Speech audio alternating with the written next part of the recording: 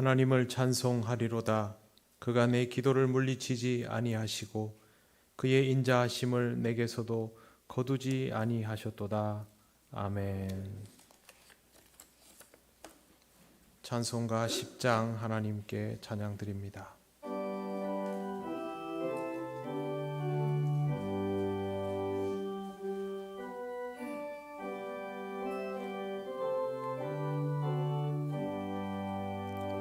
전능왕 오셔서 주 이름 찬송케 하옵소서.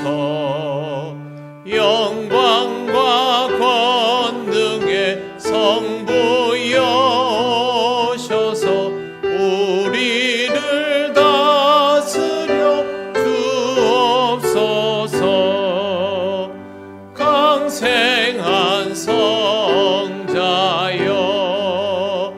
오셔서 기도를 들으소서. 택하신 백성들 복 내려주시고 거룩한 마음을 주옵소서. 위로의 주 성령 오셔서 큰 증거 주옵소서.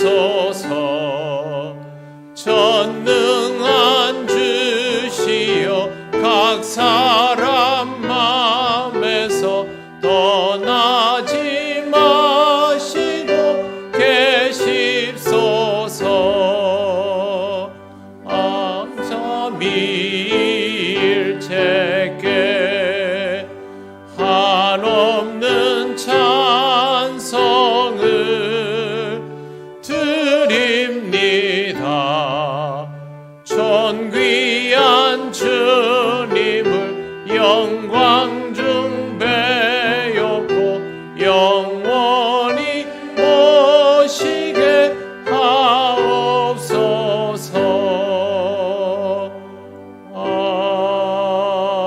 아멘. 성시교독 60번입니다.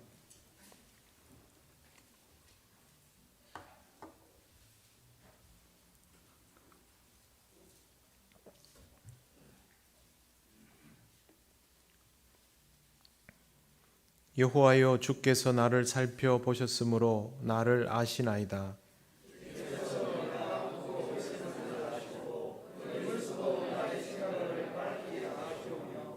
나의 모든 길과 내가 눕는 것을 살펴보셨으므로 나의 모든 행위를 익히 아시오니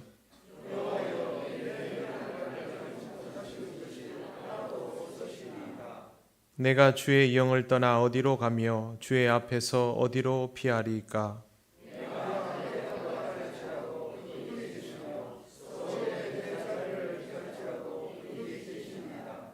내가 새벽 날개를 치며 바다 끝에 가서 거주할지라도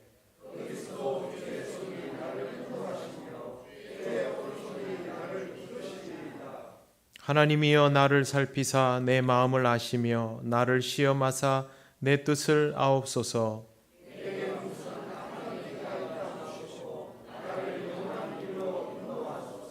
아멘.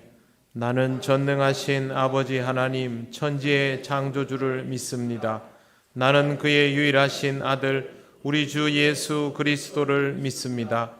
그는 성령으로 잉태되어 동정녀 마리아에게서 나시고 본디오 빌라도에게 고난을 받아 십자가에 못 박혀 죽으시고 장사된 지 사흘 만에 죽은 자 가운데서 다시 살아나셨으며 하늘에 오르시어 전능하신 아버지 하나님 우편에 앉아 계시다가 거기로부터 살아있는 자와 죽은 자를 심판하러 오십니다. 나는 성령을 믿으며 거룩한 공교회와 성도의 교제와 죄를 용서받는 것과 몸의 부활과 영생을 믿습니다. 아멘. 찬송가 290장 하나님께 찬양드립니다.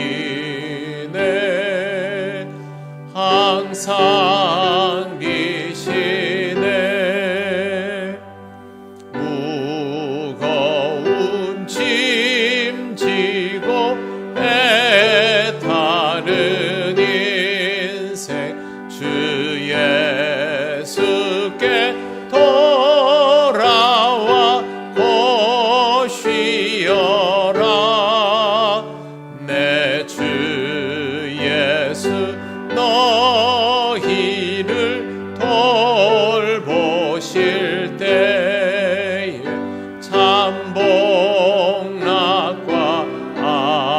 안위가 넘치겠네. 주 널 위해 비네. 주 널 위해 비네. 주 널 위해 비네. 항상 비시네.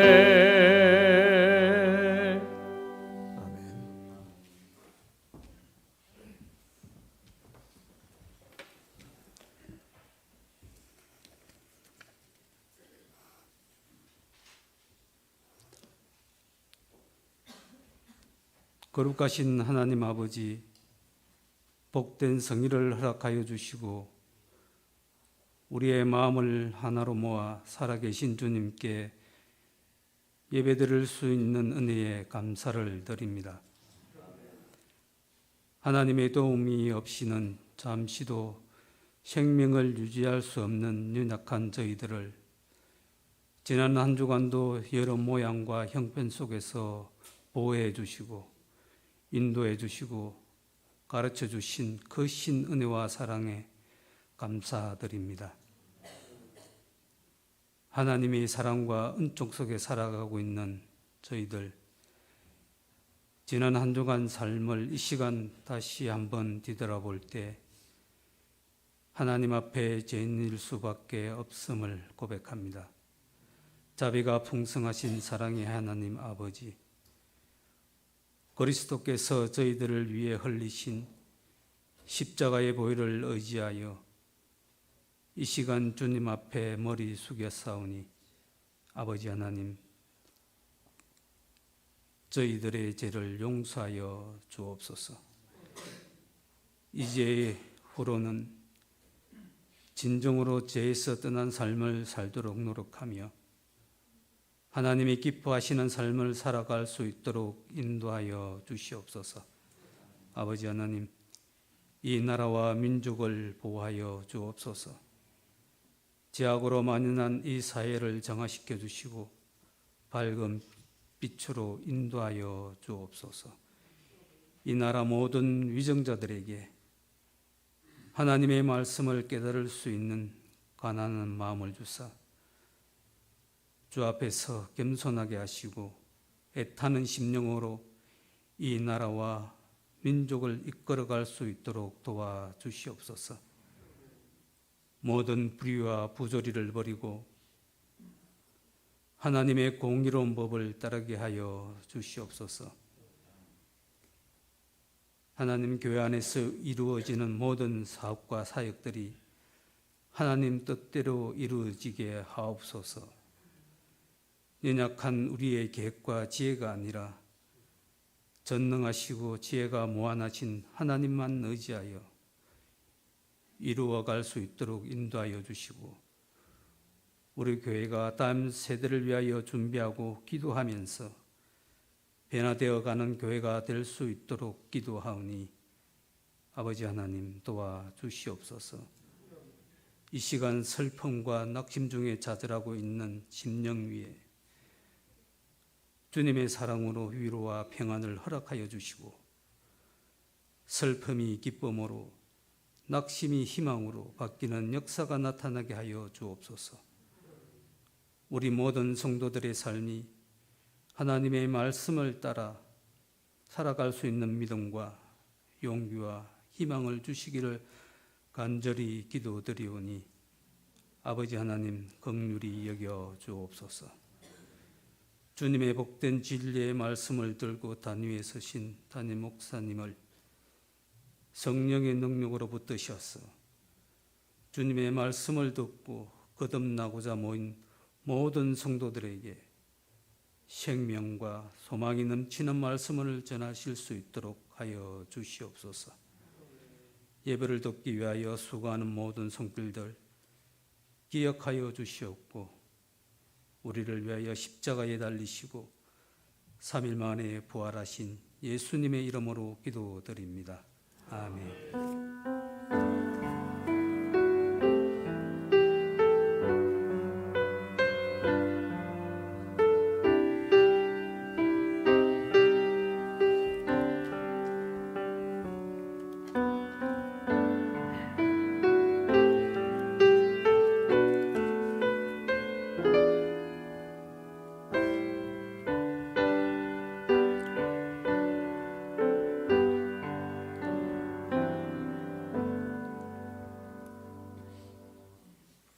하나님 말씀 요한복음 21장 15절에서 17절입니다.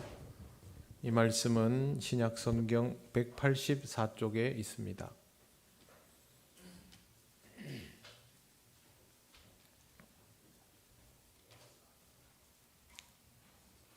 요한복음 21장 15절에서 17절 말씀을 봉독합니다. 그들이 조반 먹은 후에 예수께서 시몬 베드로에게 이르시되 요한의 아들 시몬아 내가 이 사람들보다 나를 더 사랑하느냐 하시니 이르되 주님 그러하나이다. 내가 주님을 사랑하는 줄 주님께서 아시나이다. 이르시되 내 어린 양을 먹이라 하시고 또 두 번째 이르시되 요한의 아들 시몬아 내가 나를 사랑하느냐 하시니 이르되 주님 그러하나이다. 내가 주님을 사랑하는 줄 주님께서 아시나이다. 이르시되 내 양을 치라 하시고 세 번째 이르시되 요한의 아들 시몬아 내가 나를 사랑하느냐 하시니 주께서 세 번째 내가 나를 사랑하느냐 하심으로 베드로가 근심하여 이르되 주님 모든 것을 아시오매 내가 주님을 사랑하는 줄을 주님께서 아시나이다. 예수께서 이르시되 내 양을 먹이라. 아멘. 기도드리겠습니다. 하나님 감사합니다. 오늘도 하나님 우리에게 허락하신 이 말씀을 함께 묵상합니다. 이 말씀의 의미를 함께 깨닫게 하시고 주의 마음을 알게 하옵소서. 예수님 이름으로 기도드립니다. 아멘. 예수께서 부활하신 이후에 어떤 일이 있었는가를 아는 것은 부활신앙을 가진 우리에게는 아주 중요한 관심사입니다. 그런데 예수님의 부활이 일어난 직후에 제자들에게 주어진 아주 분명한 정보가 있습니다. 그것은 바로 갈릴리로 가라 하는 것입니다. 이 기록은 마태복음에는 예수께서 직접 말씀하신 것으로 되어 있고 마가복음과 누가복음에는 무덤에서 흰옷을 입은 이가 예수께서 먼저 갈릴리로 가신다라는 것을 알려주는 형태로 되어 있습니다. 모두에게 다 기록되어 있다면 아주 중요한 정보입니다. 그런데 이 중요한 정보가 다음에는 어떤 상황으로 귀결되는지에 대한 내용은 생략되어 있습니다. 부활 사건 이후에 주님을 다시 만난 기록은 있지만 갈릴리, 약속하신 이 갈릴리에서 어떤 일이 있었는지에 대하여 소상하게 기록되어 있지 않은 것입니다. 전부 다 승천하셨다라는 것에만 초점이 맞추어져 있습니다. 하지만 요한복음 21장에 갈릴리에 관한 기록이 있습니다. 갈릴리에서의 일이라고 구체적으로 명시된 유일한 기록이 요한복음 마지막에 부록처럼 붙어 있는 것입니다. 이 말씀이 우리에게 중요한 이유는 주께서 주님 앞에 죄를 지은 제자가 부활하신 주님과 새로운 만남을 얻게 되었을 때 이것이 어떤 관계인지를 배울 수 있기 때문입니다.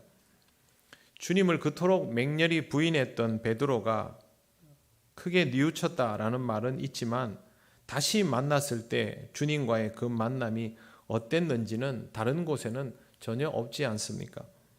그래서 주님을 부인하며 살았던 베드로와 같은 우리가 이 말씀을 통해서 주께서 우리에게 어떤 마음이신지를 보고 헤아릴 수 있는 것입니다. 오늘 읽은 본문은 갈릴리에서 제자들이 예수님과 다시 만나는 장면입니다. 제자들이 고기를 잡으려고 바다에 나갔지만 밤새 헛그물질만 하였습니다. 이 중에 다수는 고기잡이에는 일가견이 있는 사람들인데도 고기는 전혀 잡히지 않았습니다. 그때 해변에서 누군가 제자들을 향해서 배 오른편에 그물을 던지라고 말합니다. 평소 같으면 듣지 않았을 내용이지만 그동안 고기를 하나도 잡지 못했기 때문에 그곳에 그물을 던져 보았는데 그렇게 고기가 잡히지 않던 바다에서 갑자기 그물을 들 수 없을 만큼의 많은 고기가 잡혔습니다. 그때 주님이신 것을 직감한 요한이 베드로에게 주님이시다라고 말하자 베드로는 제일 먼저 겉옷을 둘렀습니다. 어부들이 고기잡이를 할 때 당연히 겉옷을 벗어둡니다. 그리고 지금 주님을 만났을 때 겉옷을 두르는 것은 매우 이례적인 행동입니다. 이미 다 젖어 있는 몸에 너무도 익숙한 주님을 만나는데 뭐하러 배 위에서 겉옷부터 두르겠습니까? 그런데 베드로는 놀랍게도 겉옷을 두른 후에는 바다로 뛰어들었습니다. 겉옷을 뭐하러 두르겠습니까? 이러면 옷이 금방 다 젖어버립니다. 이 어울리지 않는 베드로의 행동은 그가 주님께 예를 갖추려 한다라는 것을 볼 수 있게 합니다. 지금 주님을 다시 만나는 일이 베드로에게는 쉽지 않은 일이라는 뜻입니다. 다른 제자들은 그런 모습이 전혀 없습니다. 그들은 배에서 내리지도 않고 아주 상식적인 행동을 합니다.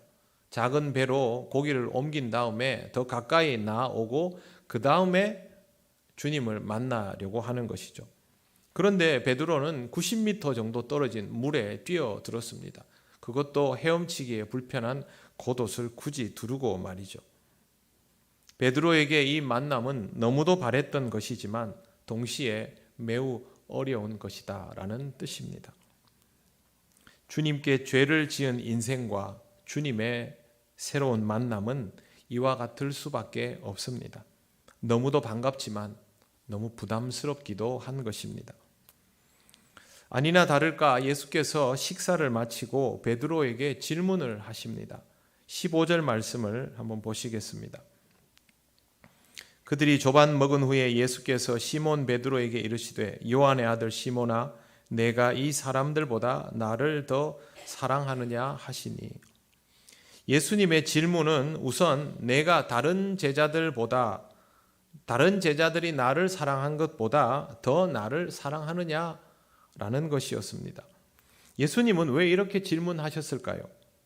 그것은 베드로가 스스로를 다른 제자들보다 주님을 더 사랑하는 사람이라고 말했었기 때문입니다. 모두 주를 버릴지라도 나는 결코 주를 버리지 않겠나이다. 베드로가 했던 말입니다. 예수님은 그렇게 자신 있었던 베드로를 향해서 과연 너는 다르냐라고 묻고 있는 것입니다. 그렇게 자신은 다르다라고 말했던 베드로는 자신이 다르다라는 것을 입증하려 했습니다. 그래서 예수님이 누구인가를 묻는 질문에도 주는 그리스도시요 살아계신 하나님의 아들이십니다 라는 아주 뛰어난 고백을 했고, 예수께서 잡혀가셨을 때도 도망치지 않고 끝까지 따라 나섰습니다. 그러나 결과적으로 누구보다 확실하게 공개적으로 주님을 부인해버린 사람이 되었습니다. 한 번도 아니고 3번씩이나. 이런 기억을 가진 베드로에게 내가 말한 것처럼 정말 다른 제자들보다 나를 더 사랑하느냐라고 물으신 것입니다. 그러자 베드로는 이렇게 대답을 합니다. 주님, 그러하나이다. 내가 주님을 사랑하는 줄 주님께서 아시나이다. 분명히 주님은 베드로에게 다른 사람들보다 더 나를 사랑하느냐라고 질문을 하셨는데, 베드로는 자기 동료 제자들과 비교하는 대답을 하지를 않습니다. 이전에 베드로라면 어떻게 하겠습니까? 네, 주님, 제가 주님을 제일 사랑합니다. 저만큼 주님 사랑하는 사람 없을 겁니다. 이게 베드로 스타일입니다. 그런데 지금 베드로는 사랑합니다라는 말조차 하지 못하고 있습니다. 주님을 부인했던 자신의 지난 과오가 그런 대답을 하지 못하게 만들었던 것입니다.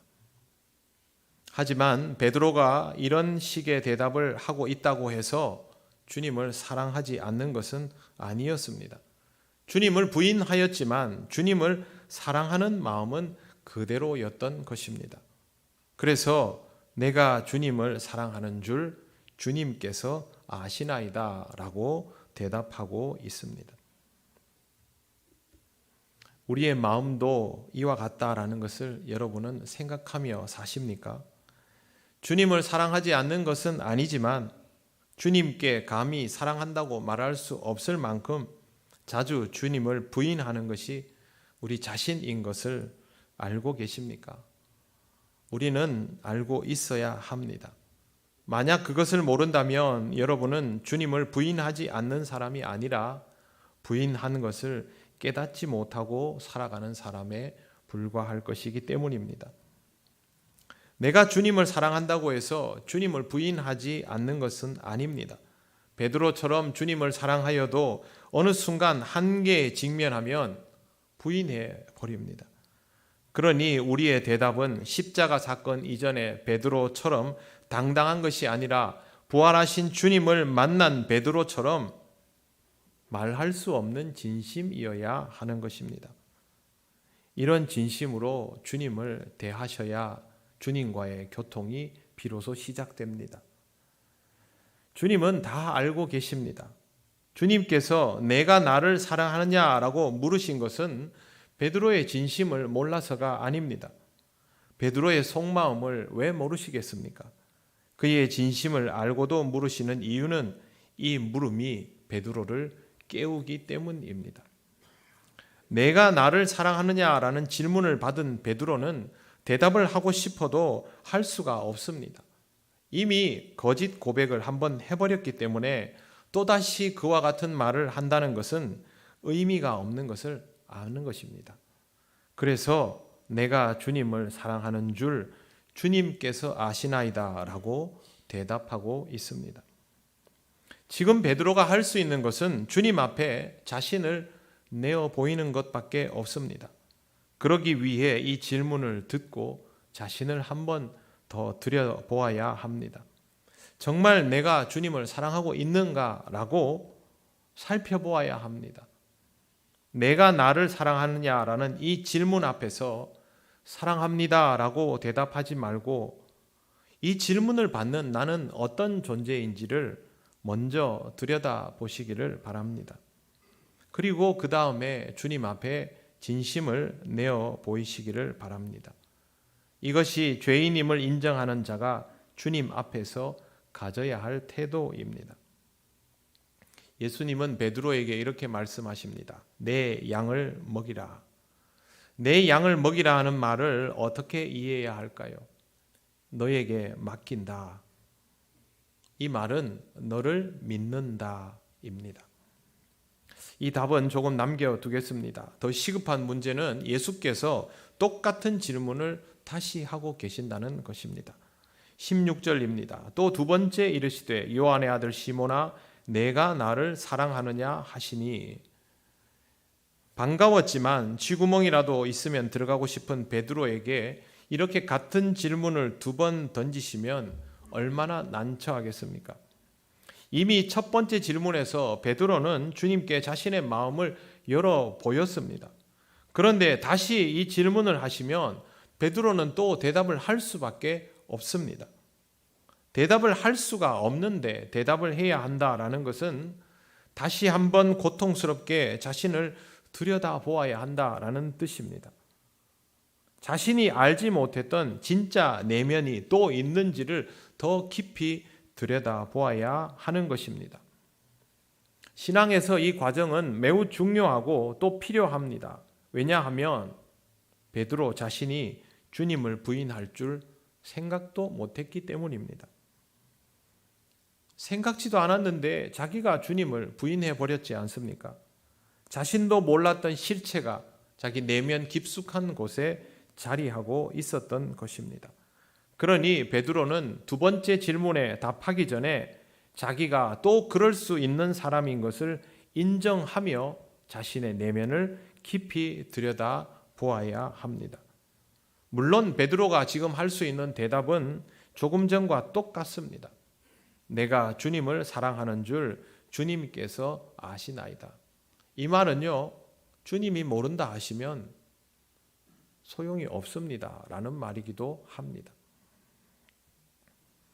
베드로는 여전히 그럼요, 제가 주님을 얼마나 사랑하는데요, 혹은 주님 사랑합니다 라는 대답을 하지 못하고 있습니다. 그렇게 대답할 수가 없습니다. 주님을 사랑하는 마음은 분명하지만 그렇게 자신했지만 자기 실체가 전혀 그렇지 못했음을 이미 경험했기 때문에 사랑합니다 라는 대답만은 못하고 있는 것입니다. 주님께 죄를 지은 사람이 주님 앞에서 할 수 있는 일은 주님이 내 마음을 판단하여 주시기를 바라고 맡기는 것밖에 없습니다. 그냥 주님이 마음껏 보실 수 있도록 내 내면을 다시 열어 보이는 것밖에 할 수 있는 게 없습니다.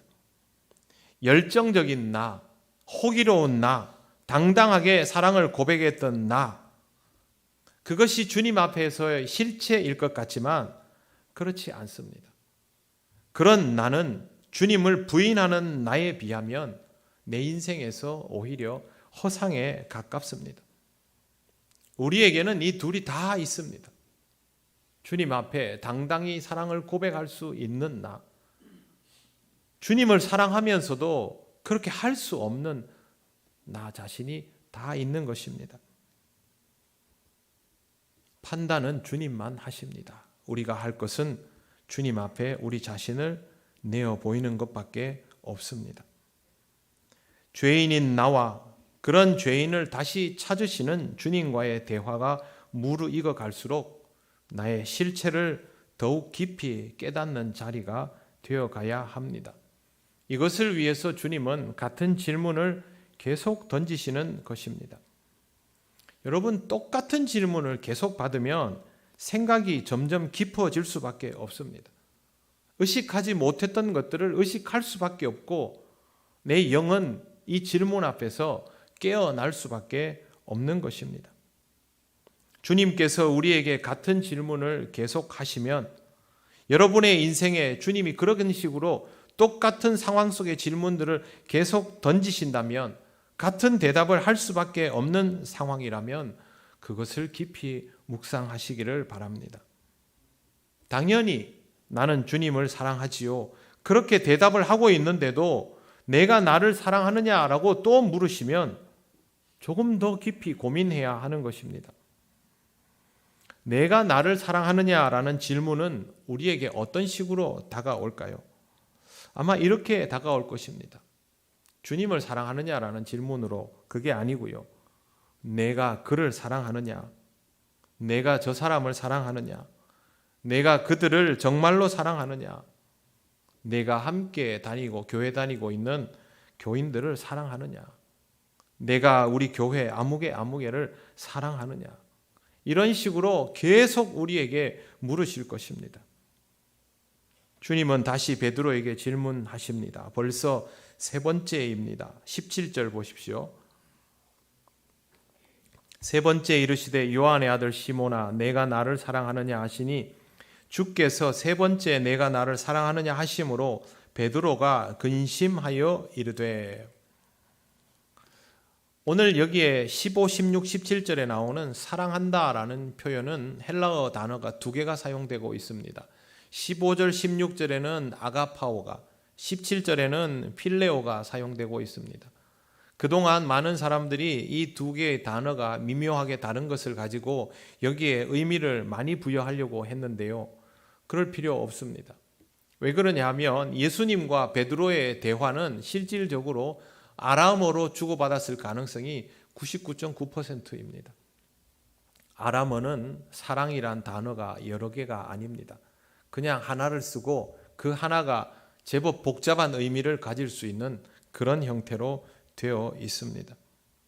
그러니 이걸 보면서 첫 번째 사랑하느냐와 두 번째 사랑하느냐가 무슨 의미로 차이가 있는가 그걸 볼 필요는 없습니다. 중요한 것은 똑같은 질문을 계속하고 있다라는 것입니다. 베드로는 근심에 빠졌습니다. 어렵게 두 번씩이나 자기 마음을 우회적으로 표현했는데도 또다시 같은 질문을 하시니까 근심에 빠진 것입니다.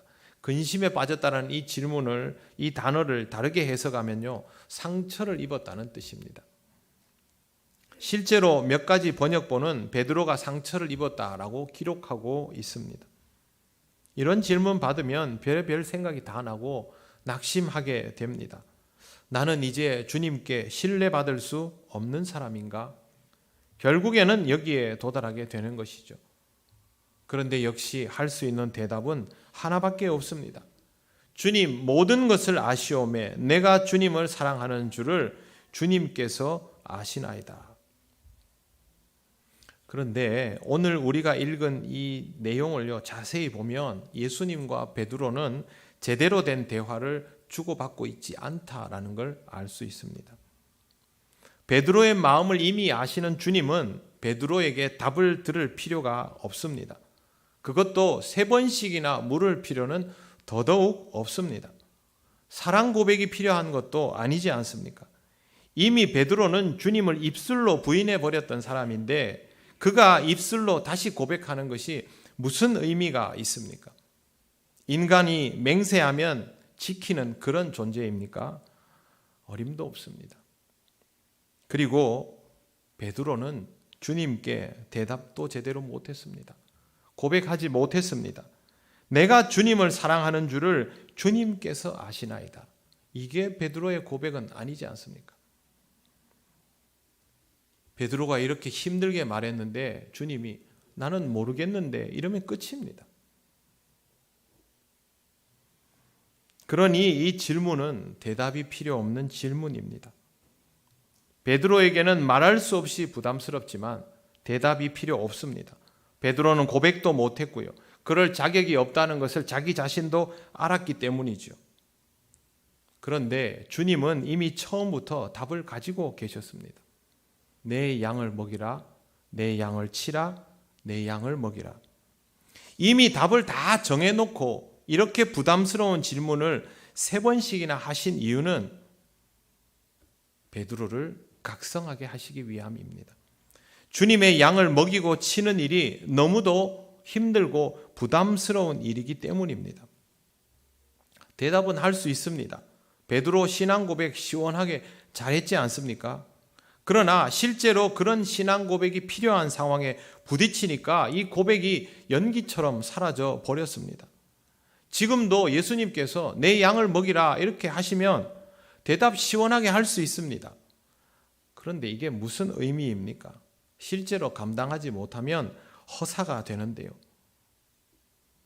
대답할 필요 없이 극도의 긴장감을 가지고 자기 속을 계속 들여다보면서 주님의 질문을 부담스럽게 받아내라는 뜻입니다. 여러분 성경에 잘 보십시오. 베드로가 예수께서 내 양을 먹이라, 내 양을 치라 이렇게 말씀하실 때 대꾸를 했습니까? 성경에는 베드로의 대답이 없습니다. 네, 주님 앞으로 똑바로 잘하겠습니다. 혹은 지난번에는 그랬지만 다시는 그럴 일 없을 겁니다. 뭐 이런 게 있어야 되지 않습니까? 그런데 성경에는 아무 대답도 없습니다. 사랑하느냐라는 질문에도 대답을 못하는데 이 질문에는 어떻게 답을 하겠습니까? 그런데 우리는 베드로가 이미 답을 한 것처럼 생각하고 성경을 봅니다. 베드로의 마음을 알기 때문이지요. 주님 그 말씀을 듣는 제 마음을 아시지요. 내가 주님의 말씀을 누구보다 듣고 따르고 싶어하는 줄을 주님은 아실 겁니다. 우리는 베드로가 당연히 이런 마음일 거라고 생각하고 성경을 읽으니까 대답도 안 했는데 대답을 한 줄로 보고 있는 겁니다. 대답도 못하는 사람에게 같은 질문을 3번이나 하시고 그리고 이미 그런 마음인 것을 아시고 답을 정해 놓으시는 것. 이게 바로 주님이 우리와 대화하는 방법입니다. 나는 주님이 내 진심을 알아주기를 바라는 것 외에는 할 수 있는 게 없는데 이런 나를 주님은 이미 신뢰하며 말을 건네시는 겁니다. 제일 쉽게 이해하시려면 이렇게 이해하시면 됩니다. 어떤 기업의 오너가 면접을 하는데 그 중에 한 사람을 뽑기로 마음을 먹고 온갖 질문을 다 던집니다. 그 사람은 마치 내가 여기서 대답을 잘해야 채용되는 것처럼 생각하지만 실제로 이 기업의 오너는 이 사람을 뽑을 마음을 다 먹고 그냥 대화를 하는 겁니다. 지금 예수님께서 베드로와 주고받는 대화는 그런 겁니다. 이미 예수님이 베드로를 쓰시기로 마음 먹고 그렇게 말을 건네시는 것이지 예수님께서 질문하시는 것에 대한 답을 들으려고 하는 대화가 아니라는 겁니다. 우리는 이런 주님의 대화법에 대하여 잘 알고 있어야 합니다. 나를 믿기에 말을 건네시는 것입니다. 내 진심을 알기에 나를 믿고 주님의 양을 맡겨주시는 것입니다. 겉으로 주고받는 것은 하나도 없지만 이상하게도 통하여지는 것이 바로 주님과 나와의 영적인 관계입니다. 주님 사랑합니다 라고 고백하지 않아도 됩니다. 여러분에게 그런 마음이 정말로 있다면 주님은 이미 그것을 아실 것입니다. 만약 그렇게 고백했다 할지라도 주님을 부인해버리면 소용없는 일입니다. 여러분에게 정말 주님을 사랑하는 마음이 있다면 주님은 이미 여러분을 신뢰하시고 내 양을 먹이라고 말씀하십니다. 여러분의 삶에 주님의 양을 살피라는 음성이 울려지고 있다면 그것을 여러분을 향한 주님의 사랑으로 신뢰로 받아들이시고 그렇게 살아가시면 됩니다. 주께서 자꾸 여러분에게 무언가를 말씀하시고 요구하시면 주님이 나를 믿고 있구나 그렇게 받아들이면 됩니다. 물론 그 길은 쉬운 길 아닙니다. 주님과 함께 가는 십자가의 길입니다.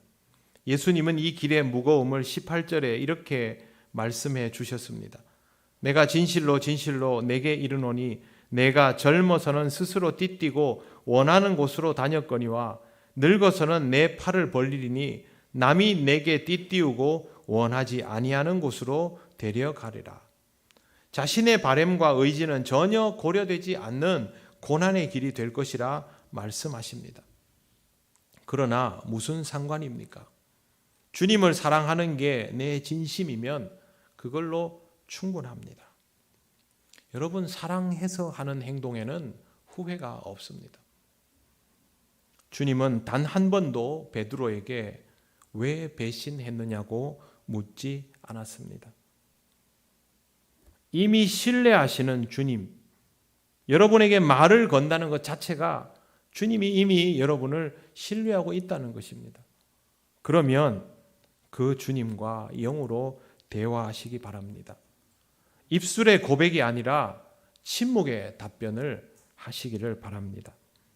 그것이 정말로 주님을 사랑하는 사람의 길입니다.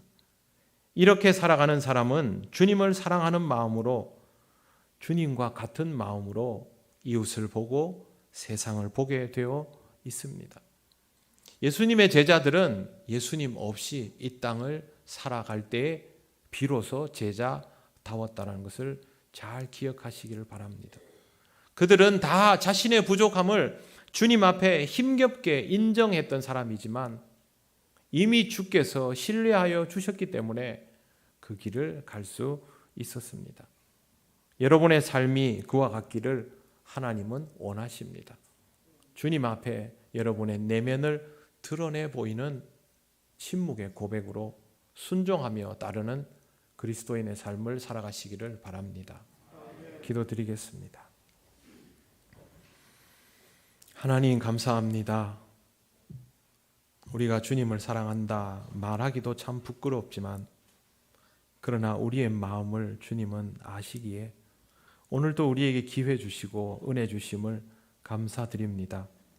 주님, 더 이상 말하기보다는 주님을 사랑하는 자답게 살아갈 수 있는 우리들 되기를 원하오니 성령께서 우리를 인도하여 주시옵소서. 우리를 믿어 주심을 감사드리며 예수님 이름으로 기도드립니다. 아멘. 찬송가 305장 찬양하시며 봉헌하시겠습니다.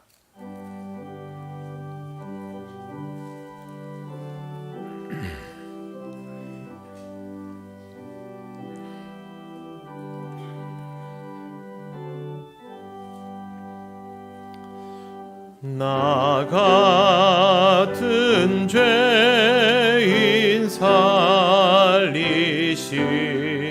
주 내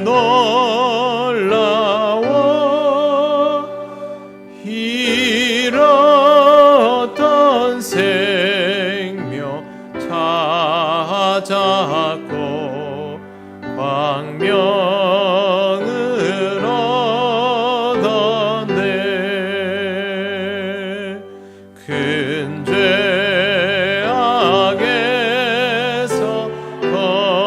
건지시 주 내 고마워. 나 처음 믿은 그 시간 귀하고 귀하다. 이제껏 내가 산 것도 주님의 은혜라. 또 나를 장차 본향에 인도해 주시리.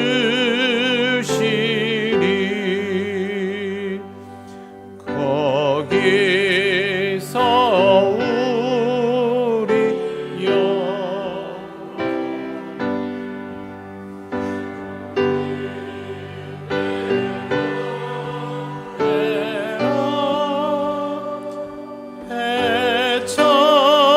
해처럼 밝게 살면서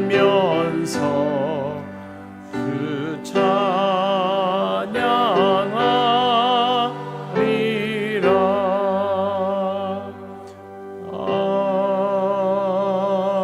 아멘. 하나님 감사합니다. 오늘도 하나님께서 허락하신 이 자리를 통하여 함께 예배하며 하나님을 찬양하며 함께 예물을 올려드립니다.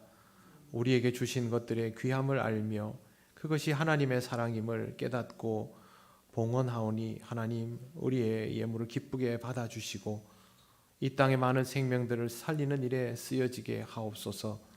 다음 한 주간도 하나님 지켜주시기를 원합니다.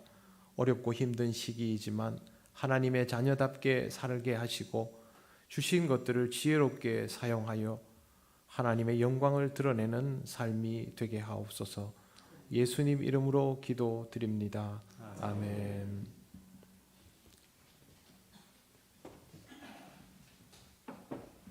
교회 소식 전하겠습니다. 다음 주일 23일 오후 예배 때 다비다 헌신 예배로 드립니다. 이 예배 마치고 난 후에 각 기간 원례를 가지겠습니다. 각 지성장소에서 회의를 하시고 보고서는 사무실에 제출해 주시기 바랍니다. 오후 예배 후에 3층 로비에서 교육부 회의를 갖겠습니다. 오늘 오후 2시 30분 새시대 교회에서 진주남로의 남성교회 연합회 순회 헌신 예배를 가지겠습니다. 진주남로의 113회 정기노회가 오는 20일 목요일 오전 10시 진주교회에서 있겠습니다. 목사 총대는 김진성, 김민철 목사님, 장로 총대는 김부종, 이명렬, 최양길 장로가 되겠습니다. 진주남로의 선교지 탐방 20일 목요일부터 22일 토요일 제주 일대에서 가지겠습니다. 담임 목사님 동정 말씀드리겠습니다. 금일 오후 대구 제일교회 130주년 기념으로 홈커밍데이를 갖는데 우리 목사님께서 초대되어서 거기에 참석하겠습니다. 그리고 주보에 없는 안내를 하나 드리겠습니다. 화장실 사용에 관한 안내인데요. 공사가 조금 수년되는 바람에 오늘은 남녀 화장실 모두 사용할 수 있고요. 또 다음 주일은 여자 화장실은 사용할 수 있고 남자 화장실은 사용을 하지 못합니다. 남자 화장실은 부목사님, 전도사님 사택 올라가는 그 계단 1층 밑에 보면 화장실이 하나 있습니다. 그걸 사용해 주시면 되겠습니다. 이상입니다. 네, 제가 오늘 오후에는 대구제일교회에 좀 다녀오겠습니다.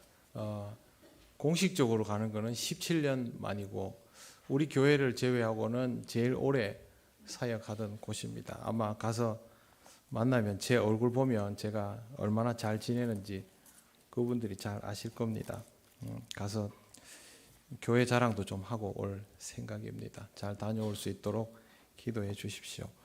이제 일어나셔서 예배드린 교우들과 인사 나누시겠습니다.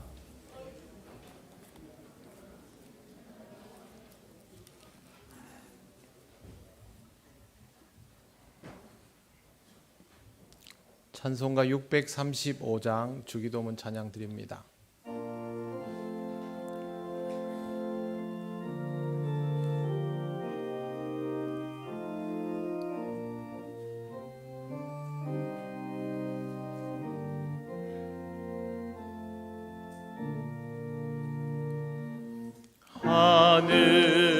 하늘에 계신 아버지 이름 거룩하사 주님 나라 임하시고 뜻이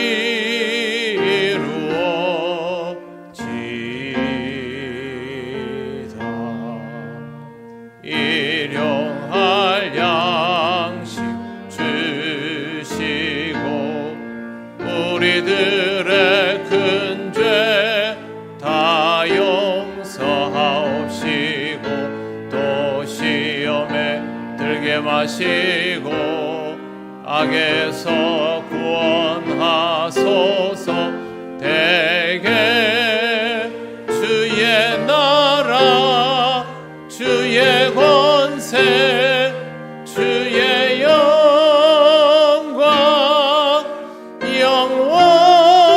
영원히